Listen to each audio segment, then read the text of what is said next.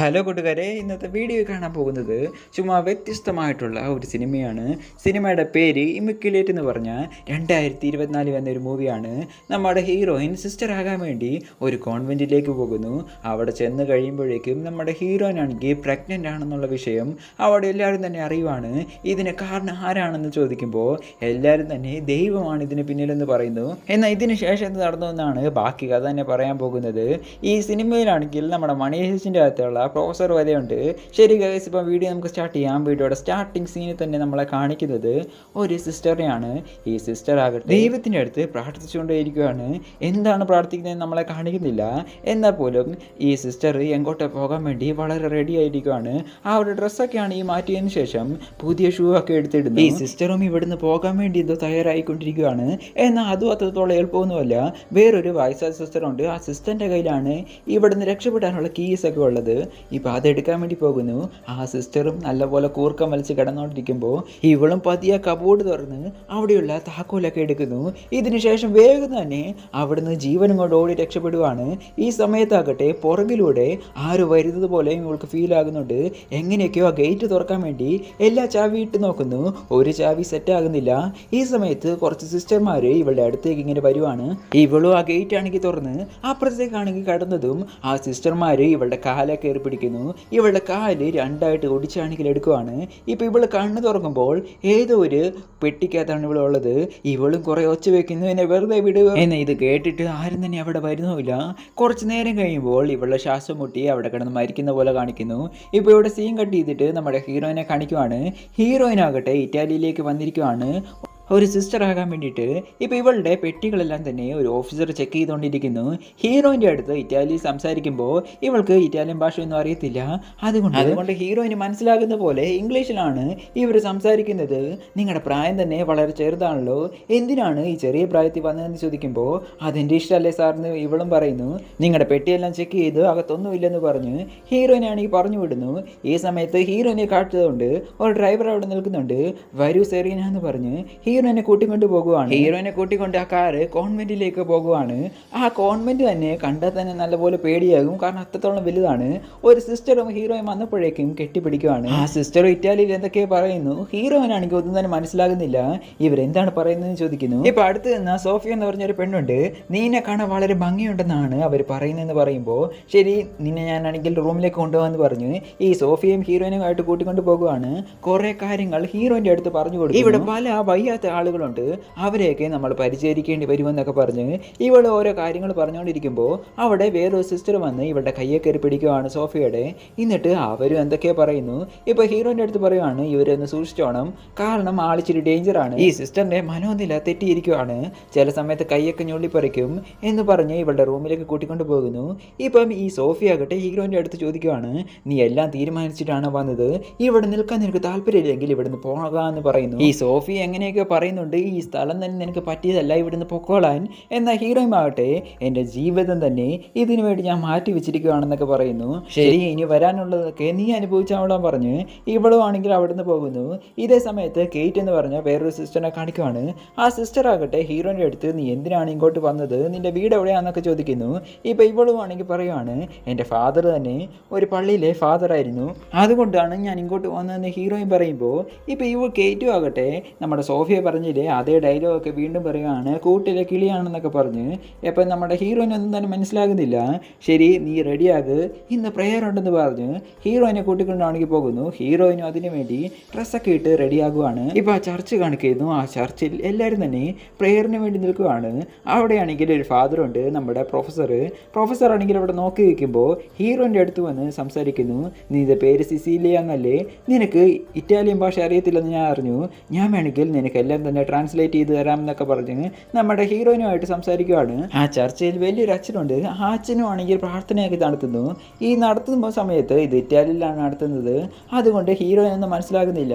ഇതൊക്കെ പ്രൊഫസറാണെങ്കിൽ ഇവൾക്ക് ട്രാൻസ്ലേറ്റ് ചെയ്ത് കൊടുക്കുന്നു. ഇങ്ങനെയൊക്കെയാണ് പറയുന്നതെന്ന് പറഞ്ഞ് ഇപ്പോൾ അതും കഴിഞ്ഞതിന് ശേഷം ഇവരെല്ലാം തന്നെ ഭക്ഷണം കഴിക്കാൻ വേണ്ടി പോകുകയാണ്. ഈ സമയത്ത് ഹീറോയിനെ മാത്രം വിളിച്ചുകൊണ്ട് വന്ന് ഈ പ്രൊഫസറാണെങ്കിൽ വൈനൊക്കെ കൊടുത്ത് രണ്ടുപേര് സംസാരിച്ചുകൊണ്ടിരിക്കുന്നു. ഈ ചെറിയ പ്രായത്തിൽ നീ എന്തിനാണ് ഇങ്ങോട്ട് വന്നതെന്ന് ചോദിക്കുന്നു. ഇവിടെ വരാനുള്ള കാരണം എന്താണെന്നൊക്കെ ചോദിച്ച് പ്രൊഫസറും കുറേ ക്യൂരിയസ് ആയിട്ട് ചോദിച്ചുകൊണ്ടിരിക്കുകയാണ്. ഈ സമയത്ത് ഈ ഹീറോയിനും പറയുന്നു, ഞാൻ ചെറിയ കുട്ടിയായിരുന്നപ്പോൾ ഈ ഐസിൽ കളിക്കാൻ എനിക്ക് വളരെ ഇഷ്ടമായിരുന്നു. എന്നാൽ കാല് തട്ടി ഞാൻ ഐസിൻ്റെ ഉള്ളിലേക്ക് തന്നെ വീണു. ഞാൻ പിന്നെ കണ്ണടച്ചപ്പോൾ പിന്നെയാണ് എഴുന്നേക്കുന്നത് ആ ഹോസ്പിറ്റലാണ്. എൻ്റെ ജീവൻ രക്ഷിച്ചത് ആ ദൈവമാണെന്ന് പറയുന്നു.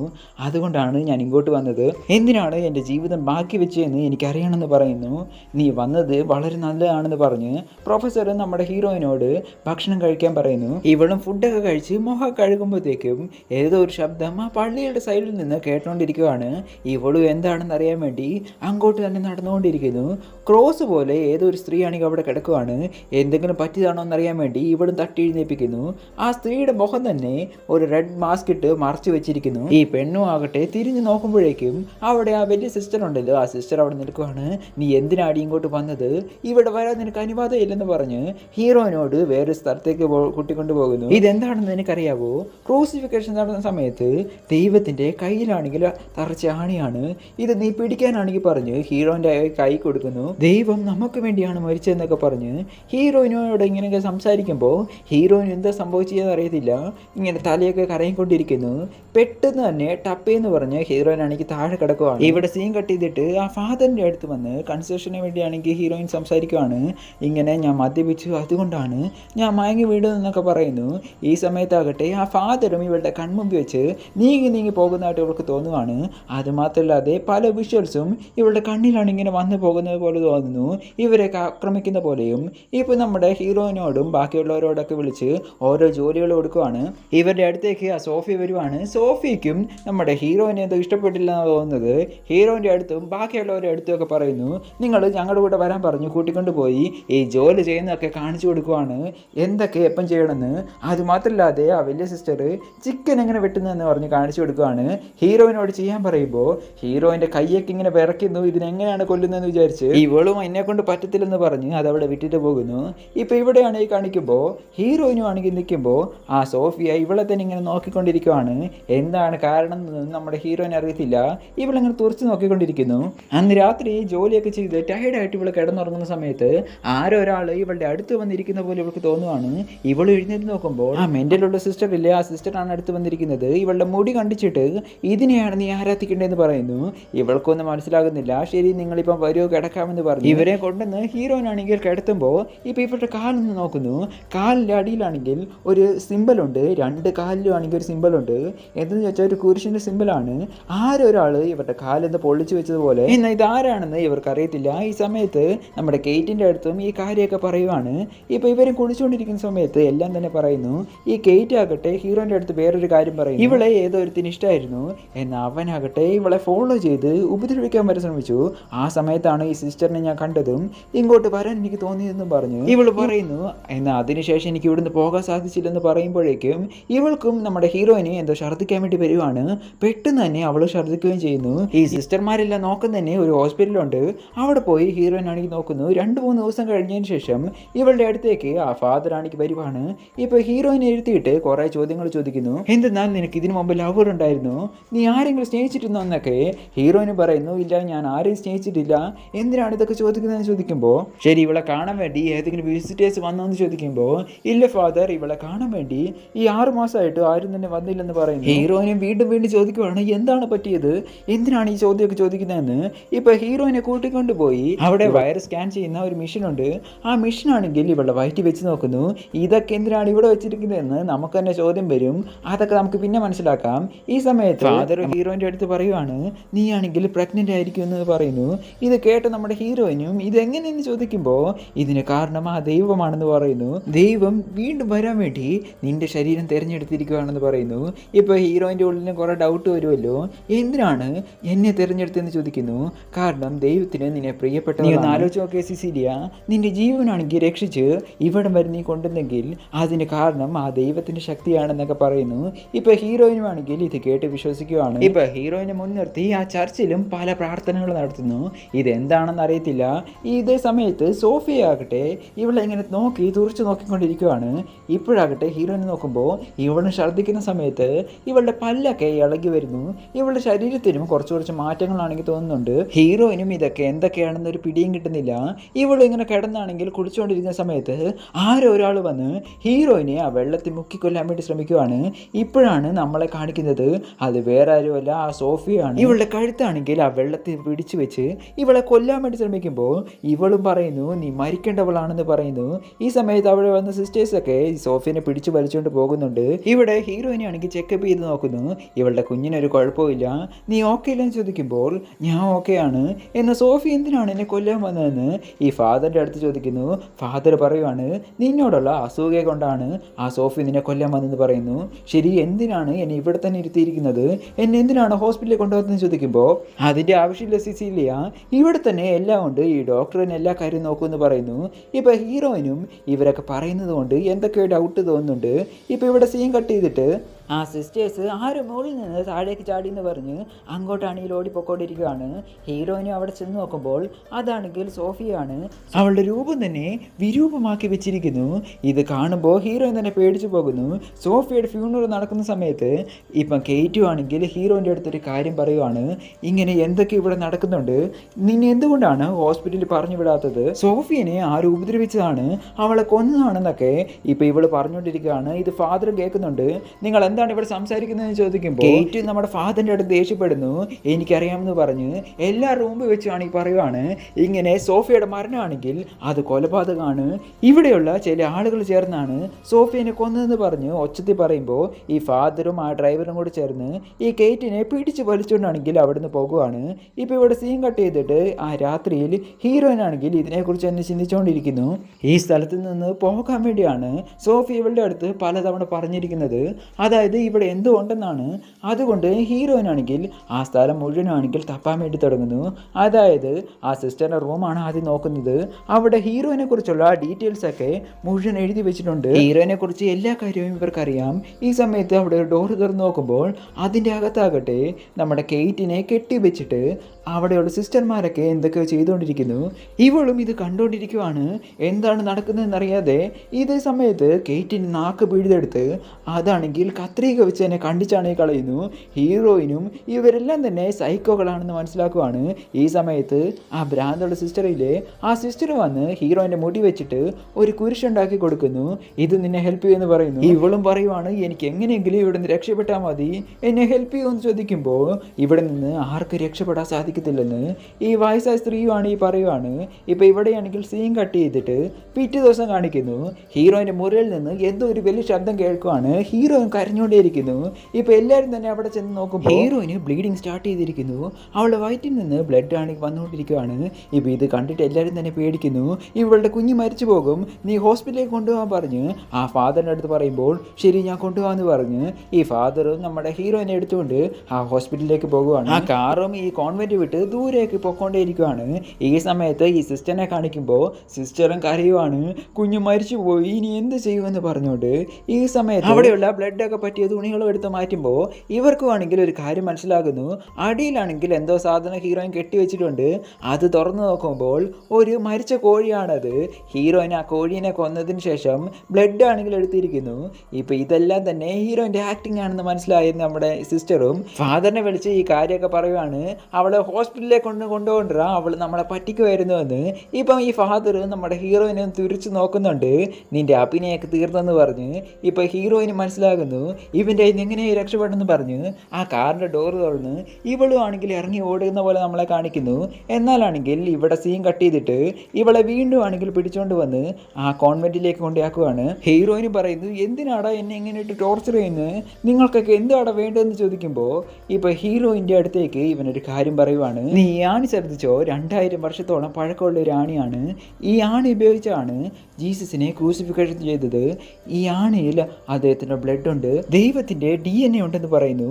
ഈ DNA ഉപയോഗിച്ച് ഒരു കുഞ്ഞിനാണെങ്കിൽ ജീവൻ കൊടുക്കാൻ സാധിക്കും. അങ്ങനെ നിന്നെ തിരഞ്ഞെടുത്തതാണെന്ന് പറയുന്നു. നിനക്കെന്താടാ ഭ്രാന്താണോ എന്ന് പറഞ്ഞ് ഇവനെ നോക്കിക്കൊണ്ടിരിക്കുകയാണ്. ഞങ്ങളുടെ ഈ എക്സ്പെരിമെൻ്റ് വഴി പലർക്കും ഈ ടെസ്റ്റ് നടത്തി, എന്നാൽ അതെല്ലാം തന്നെ ഫെയിലിയർ ആയിപ്പോയി. എന്നാൽ നിന്റെ മാത്രം വർക്കാകാൻ പോകുകയാണ്, ദൈവം വീണ്ടും വരാൻ പോകുകയാണെന്ന് ഈ ഫാദർ പറയുവാണ്. ഇതൊക്കെ പറഞ്ഞുകൊണ്ടിരിക്കുന്ന സമയത്ത് അവിടെ ഒരു ഡ്രൈവറുണ്ട്. ആ ഡ്രൈവർ ഏതൊരു കമ്പിയാണെങ്കിൽ ചൂടാക്കിക്കൊണ്ടേയിരിക്കുന്നു. ഈ സമയത്ത് ഹീറോയിന് പറയുന്നുണ്ട്, നിങ്ങളൊക്കെ വലിയ തെറ്റാടാ ചെയ്തുകൊണ്ടിരിക്കുന്നത്, ദൈവത്തിനെ വെച്ചിട്ടാണ് നിങ്ങളൊക്കെ കളിക്കുന്നതെന്ന് പറയുമ്പോൾ, അതൊന്നുമില്ല, നിന്നെ പോലെ ഒരു പെണ്ണിന് വേണ്ടിയാണ് ഇത്രയും നാൾ ഞങ്ങൾ കാത്തിരുന്നത്, എല്ലാം തന്നെ ദൈവനിശ്ചയമാണെന്ന് പറയുന്നു. ഇതേ സമയത്ത് ആ ഡ്രൈവറും ആ കമ്പിയാണെങ്കിൽ ചൂടാക്കുവാണ്, നീ ഇനി ഇവിടുന്ന് പോകാൻ പാടില്ല, അതിനുവേണ്ടിയാണ് ഇത് ചെയ്യുന്നതെന്ന് പറഞ്ഞ് ഹീറോയിൻ്റെ കാലിലും ആ പഴുപ്പിച്ച കമ്പിയാണെങ്കിൽ ചൂടാക്കി വെക്കുന്നു. ഇവൾക്കും ഇപ്പം നടക്കാൻ സാധിക്കുന്നില്ല, അവളും ആണെങ്കിൽ ആ വീൽ ചെയറിലാണ്. ഇപ്പം കുറച്ച് നാൾ കഴിഞ്ഞു പോകുന്നു, ഹീറോയിൻ്റെ ഡെലിവറി ടൈം ആയിരിക്കുന്നു. ഇപ്പം ഈ ഹീറോയിൻ്റെ അടുത്തേക്ക് ആ സിസ്റ്റർ വന്ന് എല്ലാ ചെക്കപ്പും ആണെങ്കിൽ നടത്തുവാണ്, നിൻ്റെ കുഞ്ഞ് ജനിക്കാൻ പോകുകയാണെന്നൊക്കെ പറഞ്ഞ്. ഇത് എത്ര നാളത്തെ കാത്തിരിപ്പാണെന്ന് അറിയാമോ, കുറേ പെൺകുട്ടികൾ ഇതിന് തന്നെ ഞങ്ങൾക്ക് നഷ്ടപ്പെട്ടു പോയിട്ടുണ്ടെന്ന് പറഞ്ഞ് ഇവൾ സംസാരിച്ചുകൊണ്ടിരിക്കുമ്പോൾ നമ്മുടെ ഹീറോയിന് നല്ല ദേഷ്യം വരുവാണ്. അവിടെയുള്ള ഒരു കുരിശുണ്ട്, അത് വെച്ച് ഈ സിസ്റ്ററിൻ്റെ തലക്കിട്ടൊന്ന് കൊടുക്കുന്നു. ആ സിസ്റ്റർ അവിടെ തന്നെയാണെങ്കിൽ വീഴുവാണ്. എന്നാലും വിടാതെ ഈ സിസ്റ്ററിൻ്റെ തലക്കിട്ട് 2-3 തവണ അടിച്ച് ആ സിസ്റ്ററിനെ അവിടെ തന്നെ മർഡർ ചെയ്യുന്നു. നീയൊന്ന് ജീവനോടെ ഇരിക്കാനേ പാടില്ലെന്ന് പറഞ്ഞ് പല തവണയായിട്ട് ആ സിസ്റ്ററിൻ്റെ തലക്കടിച്ച് കൊല്ലുവാണ്. ഇതേ സമയത്ത് ആ വല്യച്ഛനെ കാണിക്കുന്നു. അയാളാകട്ടെ സിഗരറ്റൊക്കെ വലിച്ചുകൊണ്ടിരിക്കുമ്പോൾ ഇയാളും ഇതിനെല്ലാത്തിനും കാരണമാണെന്ന് പറഞ്ഞ് ഇപ്പം ഇയാളുടെ കഴുത്തിൽ ഒരു കൊന്തയാണെങ്കിൽ മുറുക്കുന്നു. പെട്ടെന്ന് തന്നെ അയാൾ ശ്വാസം മുട്ടി അവിടെ കിടന്ന് മരിച്ചു പോകുവാണ്. ഹീറോയിനും അവിടെ നടക്കാൻ സാധിക്കുന്നില്ല, എന്നാലും വളരെ കഷ്ടപ്പെട്ട് അവിടെ നടന്നു പോകുവാണ്. അവിടെയാണെങ്കിൽ ആ ആണി ഇരിപ്പുണ്ട്. ആണി നമ്മുടെ ഹീറോയിനാണെങ്കിൽ എടുത്തു വെക്കുന്നു. ഇപ്പം ഹീറോയിൻ നേരെ പോകുന്നത് ആ എക്സ്പെരിമെൻ്റ് നടത്തുന്ന സ്ഥലത്താണ്. അവിടെയാണെങ്കിൽ എല്ലാ സ്ഥലത്തും ഈ പെട്രോൾ ഉണ്ട്, അതൊക്കെ ആണെങ്കിൽ ഒഴിക്കുന്നു. ഇത് കത്തിക്കാൻ വേണ്ടി ലൈറ്റർ ഓൺ ആക്കുമ്പോഴേക്കും ആ ഫാദർ അവിടെ വരുവാണ്. നീ ചെയ്യുന്നത് വളരെ വലിയ തെറ്റാണ് സിസിലിയ, ഇതെല്ലാം ഇവിടെ വെച്ച് തന്നെ നിർത്ത്, നിന്റെ കുഞ്ഞിന് വേണ്ടിയെങ്കിലും നിർത്താമെന്ന് പറഞ്ഞ് ഇവളെ ബ്രെയിൻ വാഷ് ചെയ്യാൻ വേണ്ടി ഇങ്ങനെ ശ്രമിച്ചുകൊണ്ടിരിക്കുകയാണ്. ഇപ്പം പെട്ടെന്ന് തന്നെ ഇവളുടെ മൈൻഡ് ഒന്ന് മാറിയപ്പോഴേക്കും ഇവളുടെ കൈയാണെങ്കിൽ പിടിച്ച് ആ ലൈറ്റർ തട്ടിപ്പറിക്കാൻ വേണ്ടി നോക്കുന്നു. ഇപ്പം ഇവളും അവിടെയുള്ള ഒരു ഗ്ലാസ് എടുത്ത് ഇവൻ്റെ തലക്കടിച്ചിട്ട് അവിടെ നിന്ന് രക്ഷപ്പെടാൻ വേണ്ടി നോക്കുമ്പോൾ ഇപ്പം ഇവളുടെ മുടിയെ കയറി പിടിച്ചിരിക്കുകയാണ്, പിടിച്ച് വലിച്ചുകൊണ്ടേയിരിക്കുന്നു. ഇപ്പം ഇവളുടെ കയ്യിലുള്ള ലൈറ്റർ ഉണ്ടല്ലോ, ആ ലൈറ്റർ ആണെങ്കിൽ എടുത്ത് താഴേക്ക് ഇടുന്നു. ഇപ്പം അവിടെ കിടന്ന പെട്രോളിലാണെങ്കിൽ തീ പിടിച്ച് ഇവനാണെങ്കിൽ അവിടെ തന്നെ വെച്ച് കത്തിപ്പോവാണ്.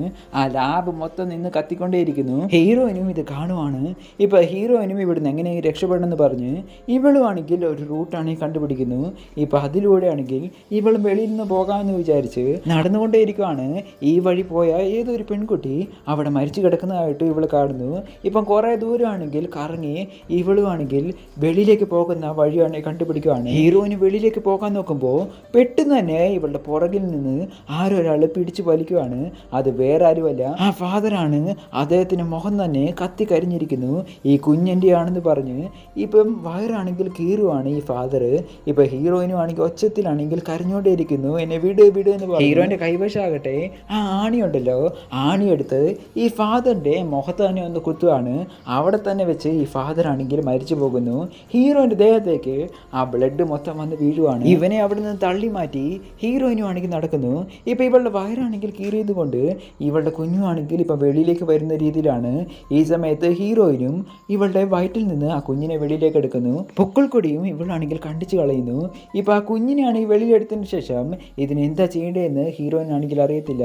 ഈ സമയത്ത് അവിടെ ഒരു കല്ലുണ്ട്, ആ കല്ല് വെച്ച് കൊല്ലാൻ വേണ്ടി പോകുന്നു. പക്ഷെ എന്നാണ് സംഭവിച്ചതെന്ന് അറിയത്തില്ല. പെട്ടെന്ന് തന്നെ ഹീറോയിൻ ആണെങ്കിൽ ആ കല്ല് താഴെ ഇട്ടോ ഇല്ലയോ എന്ന് നമുക്കറിയത്തില്ല. ഇതോടുകൂടി മൂവി ആണെങ്കിൽ അവസാനിപ്പിക്കുകയും ചെയ്യുന്നു. ഈ സിനിമയുടെ ക്ലൈമാക്സ് നിങ്ങൾ തന്നെ ഗസ് ചെയ്തെടുത്തോളാണ് പറയുന്നത്. ശരി, ഇപ്പം മൂവി എങ്ങനെയുണ്ടെന്ന് കമൻറ്റ് ബോക്സിൽ പറയുക. മറക്കാതെ ചാനൽ സബ്സ്ക്രൈബ് ചെയ്ത് അടുത്തുള്ള ബെല്ലേക്കൊണ്ട് ഞെക്കിയിട്ട് പോകും. നാളെ വേറൊരു നല്ലൊരു മൂവി ആയിട്ട് കാണാം. Tata, bye bye guys.